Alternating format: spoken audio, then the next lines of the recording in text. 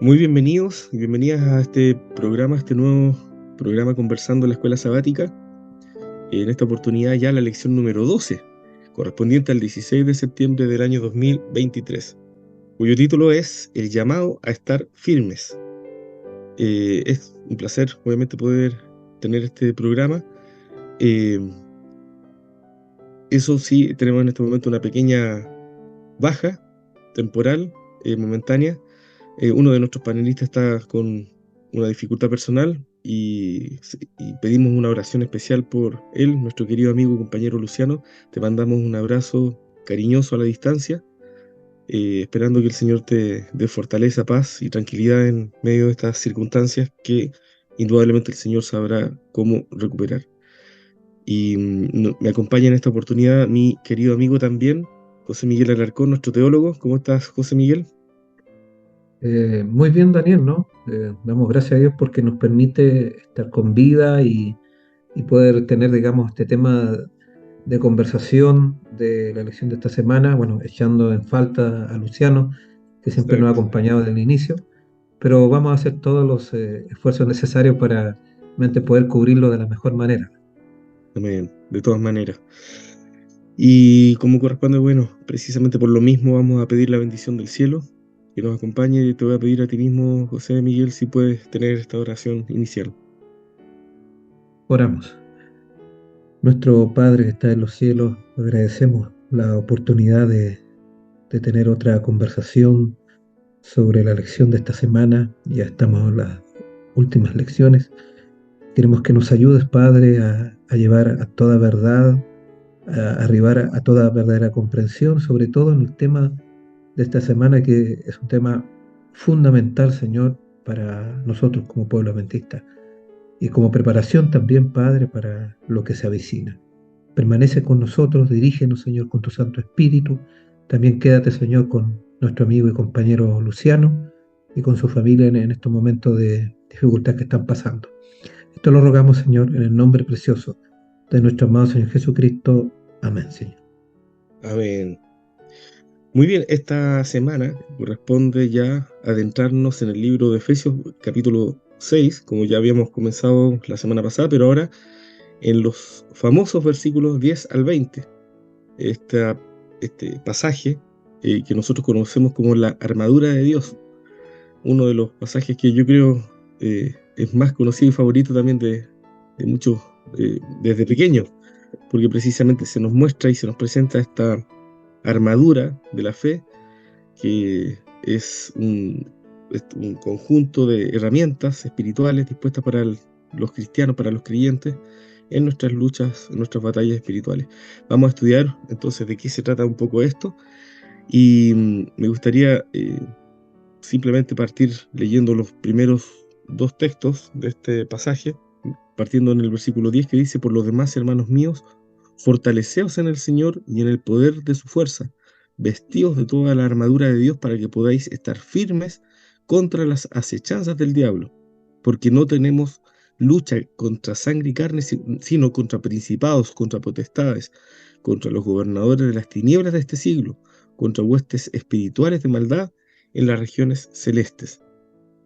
Estos pasajes, este pasaje en particular, bueno, en realidad, como comentábamos, es un pasaje muy, muy interesante. Nos conecta, obviamente, con el corazón de la vida cristiana.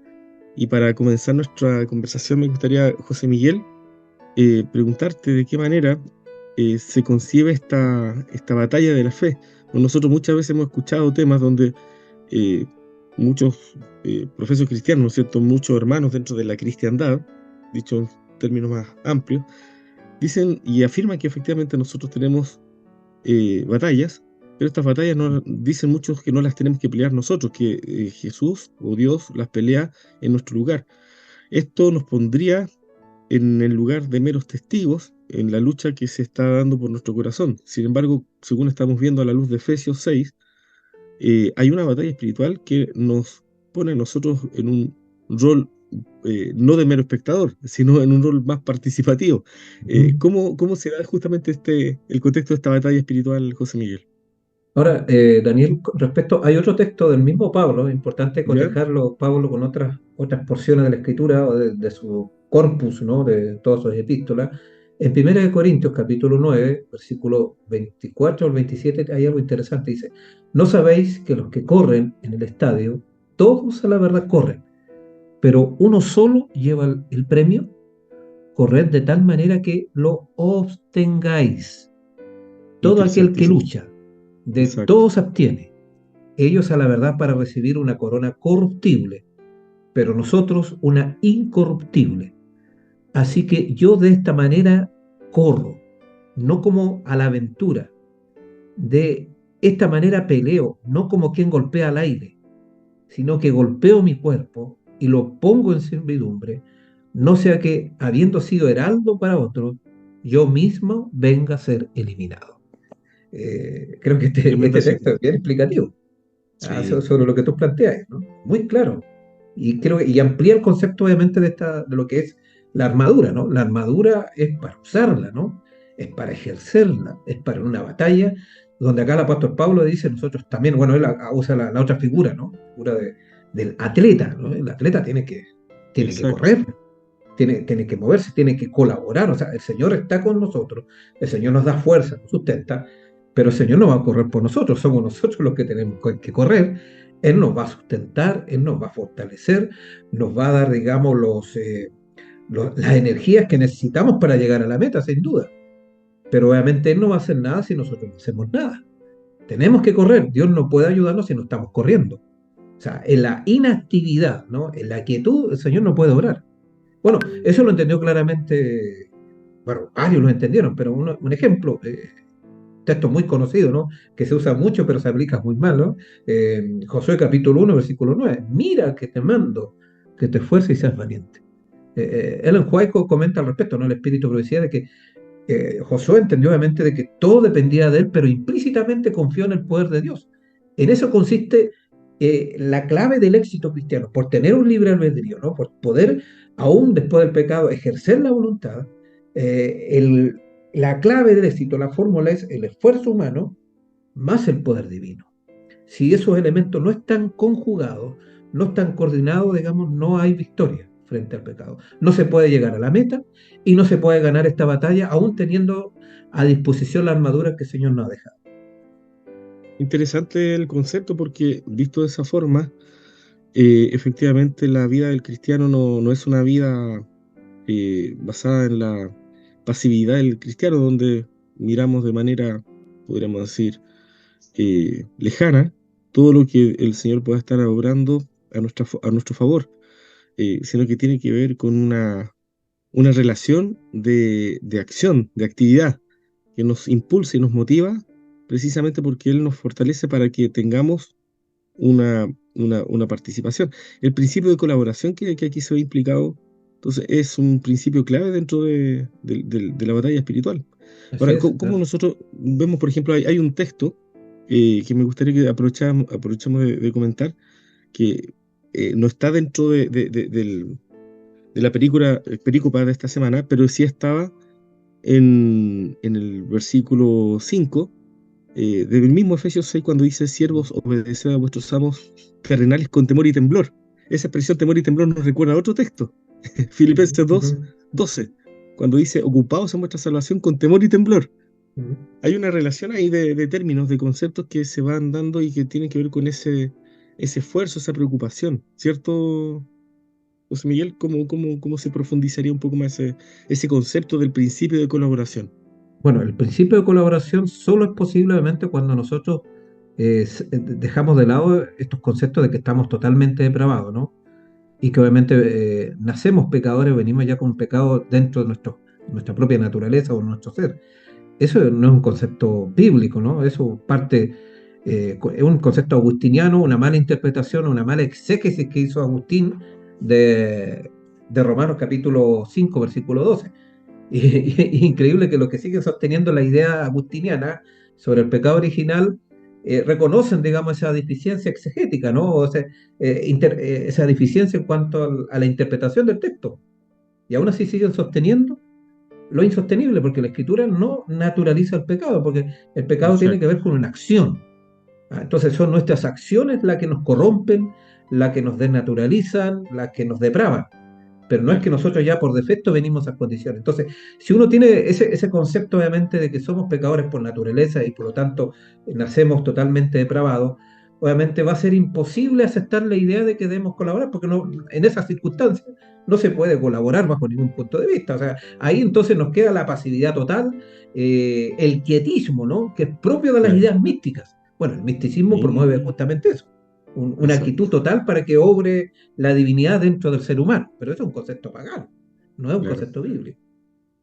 Entonces, el concepto de la armadura del cristiano solamente funciona en el contexto de este principio sinérgico, del principio de Ujú. colaboración, donde en el fondo el cristiano reconoce que su naturaleza no es, como tú bien dices, de una depravación total, sino que tiene que ver con esta naturaleza caída, debilitada, que necesita fortalecerse en Cristo. Por eso el apóstol Pablo dice, todo lo puedo en Cristo que me fortalece. Así es. El hecho de que seamos débiles nunca ha sido una excusa para el pecado. El hecho de que somos débiles es precisamente la razón que justifica que nosotros necesitamos buscar a Dios en todo momento, necesitamos depender de Él. Nos invita en el fondo a buscar en Él la fuerza que nosotros no tenemos por nosotros mismos.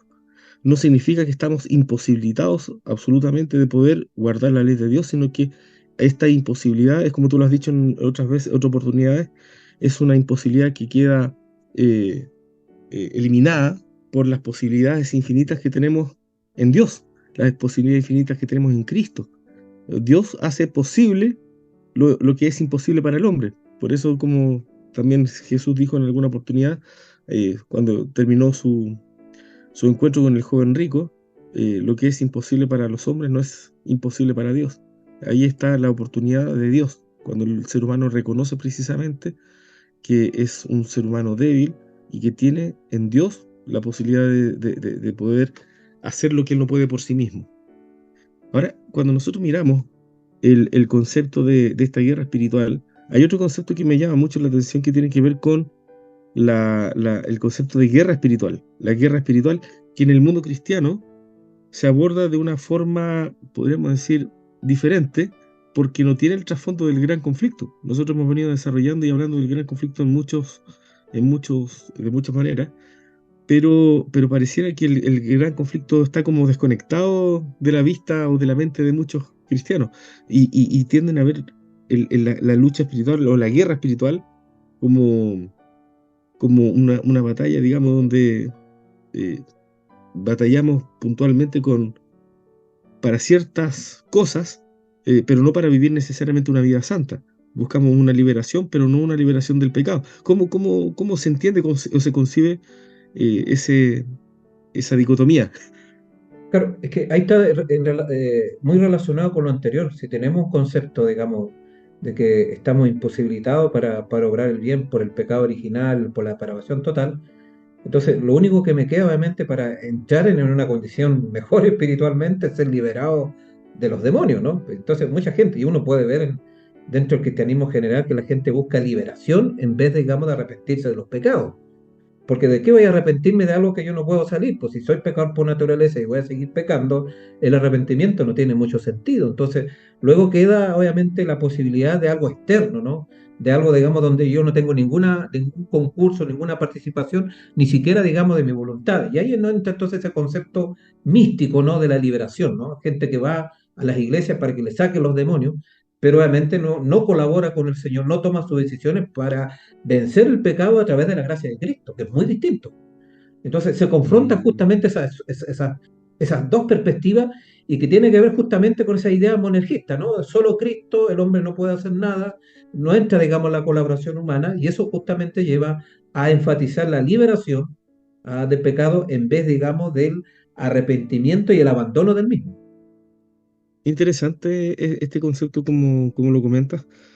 Esto equivaldría, y te voy a transmitir, no sé, un ejemplo que se me vino a la mente, para ver si de alguna forma cabe como analogía. Cuando una persona, por ejemplo, no está dispuesta a dejar o abandonar, por ejemplo, el alcohol, prefiere hacerse un bypass gástrico, que es como la vía fácil, pero no hay un cambio en sus hábitos y lo que ocurre muchas veces las personas que se practican este bypass gástrico, vuelven al alcohol porque no han trabajado el problema de fondo que tiene que ver con un cambio de mente, un cambio en sus hábitos, un cambio en su modo de asumir, digamos, ese gusto por el alcohol.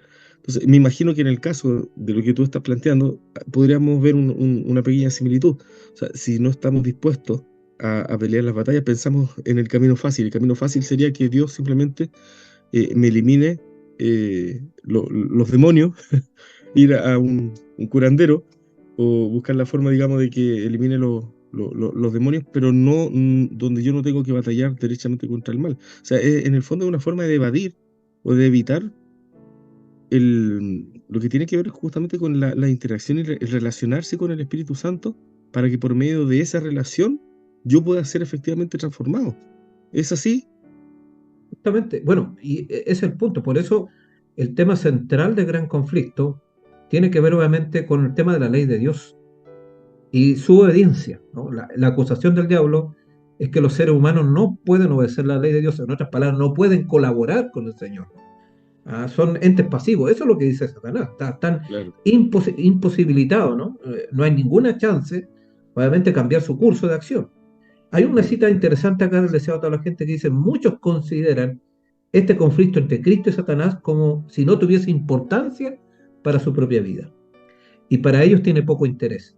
Pero esta Mm. controversia se repite en el dominio de todo corazón. Nunca sale uno de las filas del mal para entrar en el servicio de Dios sin arrostrar los asaltos de Satanás. Las seducciones que Cristo resistió son las mismas que nosotros encontramos tan difícil de resistir, ¿no? Interesante ese punto. Ahí está. La Tremendo. vida de Cristo es un ejemplo, digamos, de cómo debe ser nuestra vida. Y la vida de Cristo fue, digamos, de colaboración, de participación. Él tuvo, como dice Hebreos capítulo 5:8, tuvo que aprender a obedecer. Claro. Aprendió la obediencia. Y nosotros también, porque tenemos un carácter. El carácter no permite esas ideas de liberación de los demonios, exculpándome de mi parte que tengo que cumplir, digamos, en el desarrollo del carácter. Dios me otorgó un carácter, yo no tengo un alma inmortal como la entiende la mayoría de las religiones. Entonces nosotros como adventistas, al tener esta comprensión bíblica, antropológica, no nos podemos permitir de incorporar ideas de liberación, de pasividad, de quietismo frente al plano de salvación, porque obviamente no concuerda con nuestra propia antropología, que es la antropología del carácter. Exactamente. Muy interesante, en el modelo de Cristo, entonces, pensando y siguiendo esa línea, eh, ¿qué- ¿de qué forma Jesús se vistió precisamente con la misma armadura espiritual para poder enfrentar la- la- estas luchas contra el enemigo? Porque cuando nosotros miramos en la naturaleza de esta batalla, de esta lucha que aquí se nos describe, es exactamente la misma lucha que tuvo Cristo cuando se habla de los poderes de las tinieblas, estas potestades, esta lucha que no es contra carne y sangre, es decir, no es contra otros seres humanos, sino que es contra los, estos príncipes del mal que están en una naturaleza espiritual como ángeles caídos en nuestro mundo. Entonces, evidentemente es la misma lucha que tuvo que enfrentar Cristo y nosotros somos llamados a armarnos de la misma manera que Cristo se armó. Es interesante, cuando nosotros miramos cada uno de estos elementos, obviamente estos elementos de la armadura del creyente, se conectan con la justicia de Cristo. Y esta justicia Jesús la ejerció en su vida, en su naturaleza como ser humano, dependiendo del poder divino. Por eso es tan importante, como tú muy bien dices, entender apropiadamente la naturaleza humana con la que Cristo vino a esta tierra, con la que vino a este mundo, porque de otra forma no podría ser nuestro ejemplo, como tú muy bien Sí. planteabas. Hay una cita que quiero compartir para ¿Sí? refrendar lo que tú estás diciendo, que dice, muchos, dice, sostienen que era imposible para Cristo ser vencido por la tentación. En tal Mm, caso, no podría haberse hallado en la posición de Adán, no podría haber obtenido la victoria que Adán dejó de ganar. Si en algún sentido tuviésemos que soportar nosotros un conflicto, una batalla, ¿no?, más dura que Cristo tuvo que soportar, Él nos podría socorrer. Se vistió de la naturaleza humana con la posibilidad de ceder a la tentación. No tenemos que soportar nada que Él no haya soportado. No tenemos que pelear nada, podríamos decir, que Él no haya peleado. exacto. Qué maravillosa. ¿Esa cita dónde se encuentra, Eso José está en Miguel? Deseado Toda la Gente, página 92. Una cita muy interesante, no muy poderosa al mismo Tremendo. tiempo, no muy clarificatoria. Sí, en realidad de esas citas que uno debería poder aprenderse de memoria. Ahora, cuando nosotros miramos entonces el concepto de la lucha espiritual y la batalla, el creyente no está hecho para quedarse solamente con la lucha y esta guerra, digamos, estar con la idea de que solamente debe estar batallando, sin obviamente tener en mente la posibilidad de tener una victoria. Cuando nosotros hablamos de victoria, ¿es posible tener, y esta es una pregunta muy concreta que yo creo que es muy necesaria, muy importante de hacer hoy en día, ¿es posible para nosotros hablar de una real victoria sobre el pecado, por ejemplo? ¿Qué evidencia nosotros podemos encontrar en el libro de Efesios y en general en la literatura paulina o en la literatura bíblica de lo que es posible para nosotros hoy y ahora en virtud del poder de Dios y de las armas que provee para nosotros? Bueno, el mismo apóstol Pablo, digamos, en nuestras epístolas, habla justamente de llevar una vida distinta. La otra vez creo que habíamos mencionado, ¿no? En Romanos capítulo 6, a manera de ejemplo, hay otras porciones más donde habla justamente, dice, ¿qué pues diremos? ¿Perseveraremos en el pecado para que la gracia abunde? Dice, en ninguna manera, porque los que hemos muerto al pecado, ¿cómo viviremos aún en él? ¿O no sabéis que todos los que hemos sido bautizados en Cristo Jesús, hemos sido bautizados en su muerte? Porque somos sepultados juntamente con Él para muerte por el bautismo, a fin de que como Cristo resucitó de los muertos, por la gloria del Padre, así también nosotros andemos en vida nueva. Y más abajo dice, sabiendo esto, que vuestro viejo hombre fue crucificado juntamente con Él, para que el cuerpo del pecado sea destruido, a fin de que nos sirvamos más al pecado, porque el que ha muerto ha sido justificado del pecado. Y así otras declaraciones más al respecto. Maravilloso. Claramente, es rotundo lo de Pablo, no hay Rotundo, opción al pecado. rotundo, absolutamente. O sea, podemos hablar con propiedad, el creyente por medio de Cristo puede vencer el pecado puede ser vencido. Y eso nos habla una vez más de la importancia de entender la naturaleza del pecado, de lo que es realmente pecado. A mí esto me hace pensar mucho porque como adventista, estos son conceptos que, eh, tristemente y hay que decirlo, no han sido en las últimas décadas muy bien trabajados por un sector de nuestra iglesia. Evidentemente dentro de las distintas corrientes que existen dentro de nuestra iglesia, hay algunas corrientes que lamentablemente han ido abrazando conceptos más de diccionario y se han ido apartando de alguna manera de los conceptos bíblicos y que han sido refrendados, confirmados por el espíritu de profecía.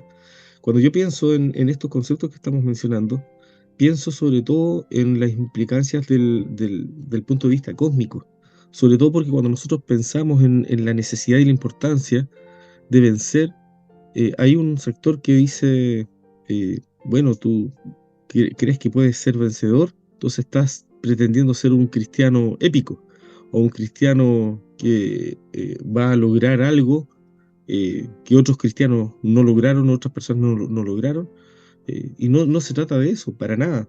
Aquí estamos hablando de un conflicto que requiere una mirada mayor.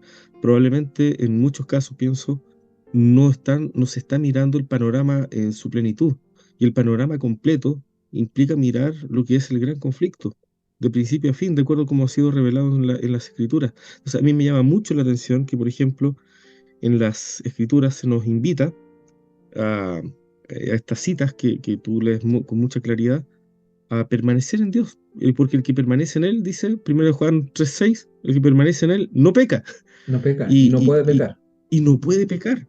Y para esto apareció Dios, dice, para esto apareció el Hijo del Hombre, para esto apareció Cristo, para deshacer las obras del enemigo, para eso apareció. Entonces, cuando nosotros pensamos en el contexto del gran conflicto, qué importante es entender que en el contexto del gran conflicto el desafío, eh, el acerto de la premisa, la bandera de lucha que tiene el enemigo es probar que el ser humano no puede guardar la ley de Dios, es decir, que no puede dejar de pecar. Cuando nosotros pensamos en este concepto de pecado que lamentablemente se ha ido introduciendo en la cristiandad y también ha afectado a un sector de la iglesia nuestra, donde hace de la naturaleza caída misma, o el equivalente a pecado, estamos llevando a la gente a creer que todo lo que hace, por consecuencia, es pecar. O sea, si una persona asimila, ¿no es cierto?, que por causa del pecado de Adán, yo soy pecador por naturaleza, le estoy dando un argumento tremendo a favor de esta propuesta, de este desafío que Satanás ha lanzado de que el ser humano es pecador y que va a seguir pecando hasta que Cristo venga.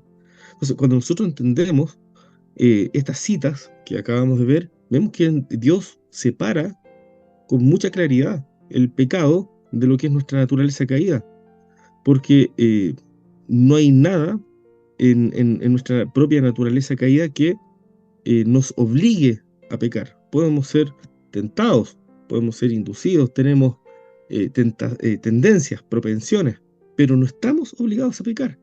Y el no estar obligado a pecar es precisamente por este libre albedrío que Dios ha asegurado en el hombre, a fin de que nosotros podamos ser juzgados precisamente por nuestras elecciones, a fin de que podamos tener la oportunidad de decidir o ceder a la tentación, ceder a la propuesta del enemigo, o someternos a Dios, que es lo que hemos dicho insistentemente en este programa y en otros más, es la esencia del principio de colaboración. Hay una cita que me gustaría compartirte, José Miguel, para que la ¿Sí? analicemos, que me gustó mucho también en el espíritu de profecía, y que habla de la importancia de la oración y de la armadura de Dios. Dice, esto aparece en Testimonios para la Iglesia. Dice, los creyentes que se vistan con toda la armadura de Dios y que dediquen algún tiempo diariamente a la meditación, la oración y el estudio de las Escrituras, se vincularán con el cielo y ejercerán una influencia salvadora y transformadora sobre los que los rodean. Suyos serán los grandes pensamientos, las nobles aspiraciones y las claras percepciones de la verdad y el deber para con Dios. Anhelarán la pureza, la luz, el amor y todas las gracias de origen celestial. Sus sinceras oraciones penetrarán a través del velo. Esta clase de personas poseerá una confianza santificada para comparecer ante la presencia del infinito. Tendrán conciencia de que la luz y la gloria del cielo son para ellos, y se convertirán en personas refinadas, elevadas y ennoblecidas por causa de esta asociación íntima con Dios. Tal es el privilegio de los verdaderos cristianos. Esto aparece en Testimonios para la Iglesia del tomo 5, páginas 105 y 106. Entonces, mirando este tipo de declaraciones, ¿cómo nosotros deberíamos conducirnos en estos momentos, José Miguel? ¿Cómo debería ser nuestra vida como adventistas? ¿Cómo deberíamos dar un testimonio certero al mundo de que la ley de Dios sí puede ser cumplida, que puede ser efectivamente guardada por el poder del Espíritu Santo morando en nosotros? Bueno, que ahí entra el tema de incorporar el tema del carácter, ¿no? El desarrollo del carácter dentro del contexto de la salvación, la ley de Dios dentro del contexto de la salvación. Pero obviamente eso es posible cuando depuramos esos conceptos espurios del pecado original, depravación total, conceptos que son ajenos a la Escritura en cuanto a la condición del hombre. Entonces podemos ahí instalarlo de otra manera. Hay que reinstalar al ser humano, el concepto del hombre, para poder entonces ver estas posibilidades. Hay otro texto también del Espíritu de Profecía que dice que Cristo vino al mundo para contrarrestar la falsedad de Satanás, de que Dios había hecho una ley que el hombre no podía cumplir. Y más abajo dice, mostró que es posible que el hombre obedezca perfectamente la ley. Aquellos que aceptan a Cristo como su Salvador se convierten en participantes de su naturaleza divina, están capacitados para seguir su ejemplo, viviendo en obediencia a cada precepto de la ley de Cristo. Cristo poseía la misma naturaleza que el hombre posee. Fue tentado en todos los puntos como el hombre es tentado. Y acá viene la promesa, dice, el mismo poder por el cual obedeció está a las órdenes del hombre. O sea, en otras palabras, el camino es Cristo. Bueno, hay un hermoso libro que hay que estudiarlo y que nos va a servir de ayuda frente a la pregunta que tú me formulaste, ¿no? Hay que seguir el camino a Cristo. Hay que seguir el sendero de Cristo, porque Cristo tuvo, digamos, un orden de disciplina, ¿no? Él aprendió obediencia, él tuvo, digamos, un modelo de enseñanza que lo vivió por precepto y ejemplo, como dice el Espíritu de Profecía. Ese modelo es el que nosotros debemos seguir, obviamente, para salir victoriosos en la batalla. O sea, gracias a Dios, digamos que tomar la armadura de Cristo ya la tomó, pero no la tomó en Exacto. reemplazo de nosotros, no. nosotros igual tenemos que, por algo Pablo dice, tomen esta armadura, usen esta armadura, porque si obviamente Cristo hubiese tomado por nosotros, no necesitamos nosotros colocarlo en la armadura. Él ya hizo la Exacto. pega, hizo el trabajo y nosotros acá sentados, yo quiero ser salvo, pero así en la silla mecedora, sin ningún tipo de acción, no. Pablo claramente nos está diciendo, ustedes tienen que colocarse la armadura. Y obviamente si tenemos que colocar la armadura es porque nosotros tenemos que entrar en este conflicto, en esta batalla. Y el Sí. modelo Cristo, porque ya Cristo obviamente nos entregó de cómo debemos batallar, de cómo debemos enfrentar este gran conflicto. ¿Y cómo se conecta, José Miguel, esta victoria, entonces estas victorias ganadas diariamente por los creyentes alrededor del mundo con el gran conflicto? O sea, ¿de qué manera, por ejemplo, cuando nosotros batallamos contra el enemigo a través del principio de colaboración, ciertamente, de qué manera esto tiene un impacto en la vindicación final? Porque nosotros hemos hablado del gran Mm. conflicto y hablamos de este conflicto que esperamos que termine muy pronto, pero Ujú. precisamente la importancia, yo creo que de entender Efesios 6, ¿no es cierto? Ujú. La armadura del cristiano es hoy en día más relevante que nunca, por lo mismo. O sea, cómo nosotros podemos conectar eso y lograr que nuestros hermanos puedan asimilar la importancia que tiene, más allá del resultado salvífico que tiene para sus propias vidas, sino el resultado que tiene en el contexto de la vindicación final.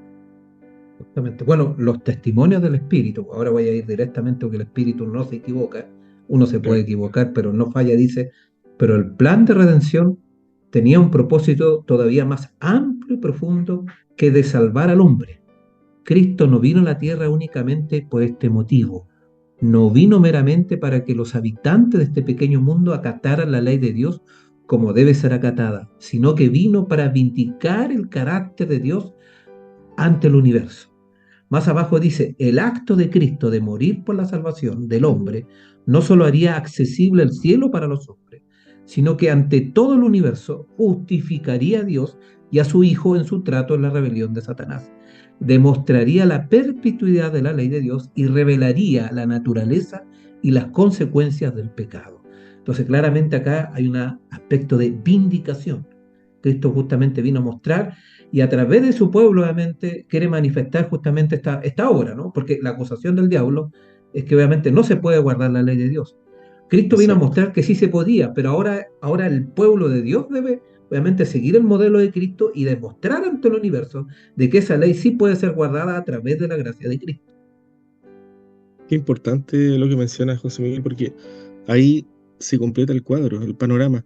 Cuando nosotros entendemos entonces que la santificación, que esta lucha contra también contra el enemigo, usando la armadura del creyente, y guardar la ley de Dios, son sinónimos, está todo relacionado, están en perfecta armonía. Precisamente la santificación son las obras, las buenas obras que Dios desea producir en nosotros. Es la obra del Espíritu Santo, por supuesto, una obra que se debe desarrollar a través de este principio de colaboración. Debemos cooperar con el agente celestial. Entonces, cuando nosotros miramos todos estos conceptos, nos damos cuenta de que en el fondo lo que más hemos descuidado precisamente en nuestra vida cristiana tiene que ver con esta parte, esta área. Y hablo en términos genéricos como cristiano, porque en la cristiandad lo que menos se habla es precisamente de la verdadera naturaleza de la ley de Dios y su conexión con la santificación, su conexión con la vindicación final.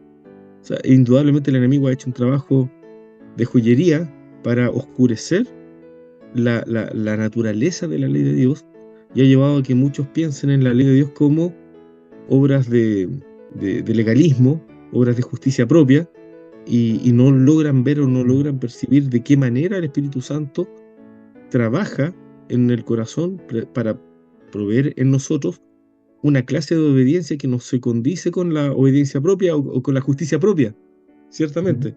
Entonces, ¿cómo nosotros podemos, eh, para ir cerrando, digamos, este programa y completando, cómo podemos hacer de la armadura de Dios y de este concepto de la santificación y la vindicación final un, una ecuación que sea comprensiva para el mundo, para el mundo cristiano? O sea, nosotros apuntamos primeramente a este mundo porque ahí es donde están las dificultades y ahí es donde el enemigo ha metido la cizaña.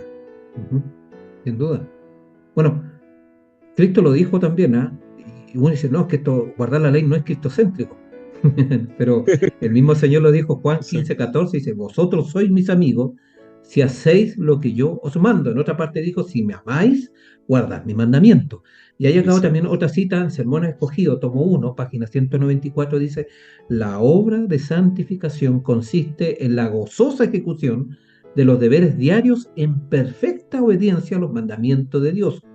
La falta de cooperación con Cristo en la gran obra de la redención constituye una falta que toda la eternidad no podrá satisfacer. Qué advertencia, ¿no? Tiemblo con esta Tremendo. cita. Así es. Recuerdo, ahí para ir concluyendo, digamos, esta cita de, de nuestro Señor Jesús también cuando dice en Juan 15:8, en esto he glorificado a mi Padre, en que llevéis mucho fruto y seáis así mis discípulos. En el propósito de que seamos llamados hijos de Dios, de que seamos hechos discípulos suyos, Dios desea producir una obra en nosotros y esa obra glorifica a Dios, no glorifica al hombre. El hombre está llamado a ser un instrumento en las manos de Dios. Y es un privilegio y una responsabilidad. Yo creo que nosotros, en la medida que meditamos en esto, en vez de llenarnos de orgullo profano, como muchas veces el enemigo suele o trata de- de vincular como concepto, deberíamos llenarnos de profunda humildad y, y arrobamiento, especialmente en el sentido de esta indignidad personal que nosotros sentimos que tenemos y la grandeza de Dios. Porque cuando nosotros miramos justamente nuestros caracteres deficientes, falibles, sabemos que si dependiera de nosotros, la salvación, nosotros estamos completamente perdidos. La salvación está en Cristo. Y cuando miramos el gran conflicto y la necesidad de que la ley de Dios eh, sea finalmente, ¿no es cierto?, cumplida en este pueblo, en una generación que finalmente también va a aparecer aquí en Apocalipsis 12:17, guardando los mandamientos de Dios hasta el fin, hasta el último momento, van a concluir esta gran obra de reforzar lo que es realmente y verdaderamente la ley de Dios como un reflejo del carácter divino. Y a la cabeza de esta batalla y de esta guerra aparece nuestro general superior, nuestro comandante en jefe, que es Cristo mismo. Porque en esta batalla los soldados no pelean solo, indudablemente van con Cristo a la cabeza. Y yo creo que esta escena representaría de manera gráfica lo que para nosotros representan hoy en día la vida cristiana. La vida del cristiano no es una vida de luchas en solitario.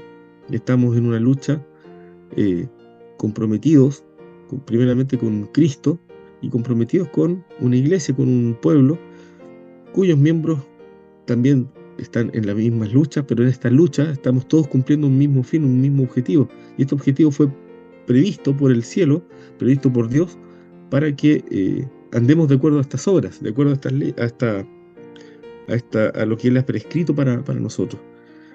Hay una última cita con la que vamos a terminar, que se encuentra en el Ministerio Médico, pero me gusta mucho porque a pesar de que está en un contexto más de los médicos misioneros, eh, tiene una aplicación obviamente para todos nosotros. Dice, vistámonos de toda pieza de la armadura cristiana y resistamos persistentemente al enemigo.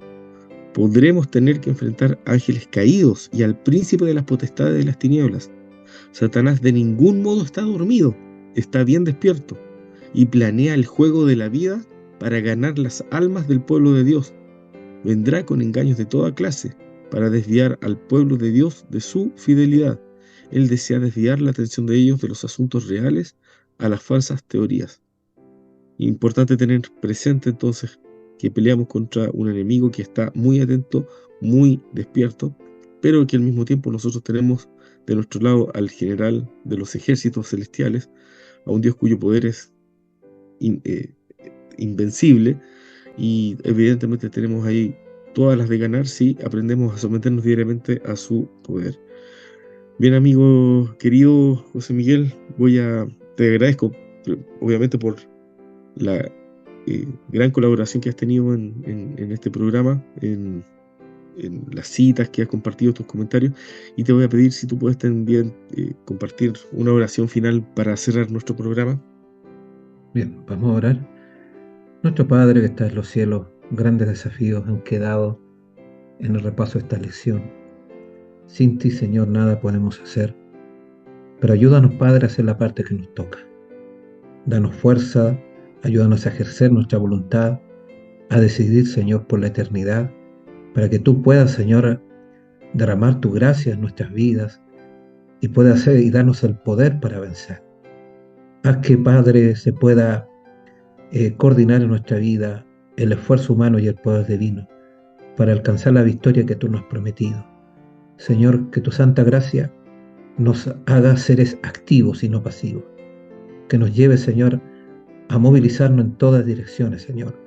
Primero en cuanto a nuestra preparación para la traslación y salvación, y también, Padre, para cumplir la misión que tú nos has dejado en esta tierra.